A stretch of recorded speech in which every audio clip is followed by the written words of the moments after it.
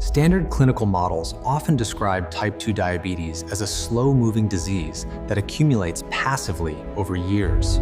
The scientific reality is very different. Systemic collapse begins within hours of your first bite, not years. This progression follows 4 distinct biological stages, each building on the last, and each one measurable. Critically, structural brain damage occurs long before physical obesity becomes visible. Intervening only when someone becomes overweight ignores the initial neurological failure that occurred years earlier.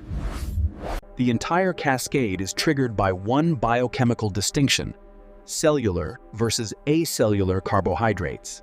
Cellular carbohydrates, found in whole foods, are locked within fiber matrices, ensuring a slow, controlled sugar release.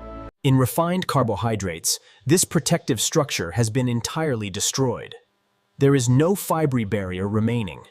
Without the fiber barrier, blood sugar instantly breaches the danger zone, a violent chemical shockwave the body cannot contain. Refined flours and sugars act as direct chemical payloads that overwhelm the body's first line of defense within hours of ingestion. Within hours, high-density sugars begin mutating the gut microbiome, breeding inflammatory bacteria at a rapid rate. This breeds inflammatory microbes and increases intestinal permeability, a condition commonly known as leaky gut. By day 1, lipopolysaccharides, LPS toxins from bacterial cell walls, flood the bloodstream in massive quantities. These LPS toxins trigger systemic inflammation, a process known as metabolic endotoxemia, and a core trigger of insulin resistance. On days 1 and 2, LPS toxins combined with spiking blood sugar chemically assault the brain and rupture the blood-brain barrier. The blood-brain barrier is a protective cellular border that strictly controls which substances can enter the brain. Between days 3 and 7, damage reaches the hippocampus, the brain center for memory and recognition. What people experience as brain fog is, in biochemical reality, BBB leakage causing active neuroinflammation. By day 4, the interoceptive system fails. The brain becomes blind to internal signals of hunger and satiety. Interoception is the brain's ability to sense the body's internal state, including the feeling of being full. Within 1 week of the first trigger, the brain has lost fundamental control over appetite regulation. Patients frequently misinterpret these early biological warning signs as simple fatigue or stress. Crucial transport proteins, GLUT1 and MCT1, decline significantly. This leads to mitochondrial engine failure and a sharp drop in BDNF, the protein that promotes neuron survival and growth. Post-meal fatigue represents acute cellular starvation and the active dismantling of neuroplasticity. The energy starved from the brain is forcefully diverted to peripheral organs, pushing them into overdrive.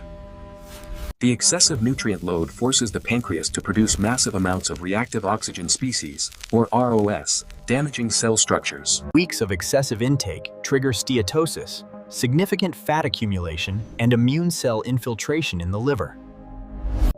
High insulin levels initiate a lockout mode that fundamentally reconfigures the entire human energy metabolism. Incoming calories are forcefully converted into stored fat, whilst the breakdown of existing body fat is physically blocked. The brain, starved of accessible energy, becomes structurally reliant on emotion-driven eating to survive. Months to years after the initial breach, the system reaches a critical biological tipping point. Years of excessive insulin eventually force target cells to close their insulin receptors, called systemic receptor shutdown.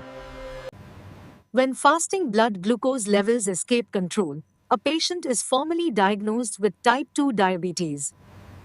This triggers sympathetic nervous system overdrive, locking the body into a perpetual fight or flight state. The renin-angiotensin system becomes dysregulated, causing continuous blood vessel constriction and severe hypertension. Critically, a formal T2D diagnosis is a late-stage indicator.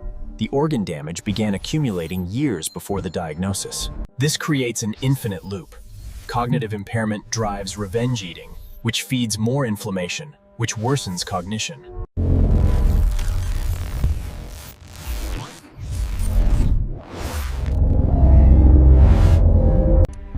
Over decades, a permanently ruptured blood-brain barrier leads to Alzheimer's disease. Alzheimer's disease is increasingly referred to in medical literature as type 3 diabetes, brain insulin resistance. Vascular damage culminates in endothelial dysfunction, atherosclerosis, and stroke. RAS overactivation leads to diabetic nephropathy and dependence on dialysis. Persistently high insulin levels drive significantly increased rates of colorectal, breast, and pancreatic cancer. All of these terminal outcomes trace directly back to the initial damage in the gut and hippocampus within the first week.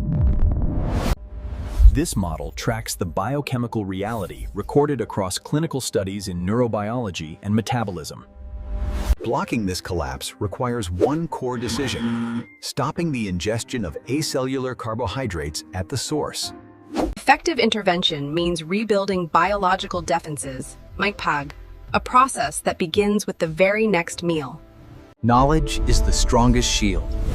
Understanding the biochemistry of disease is the first act of refusing to be a victim.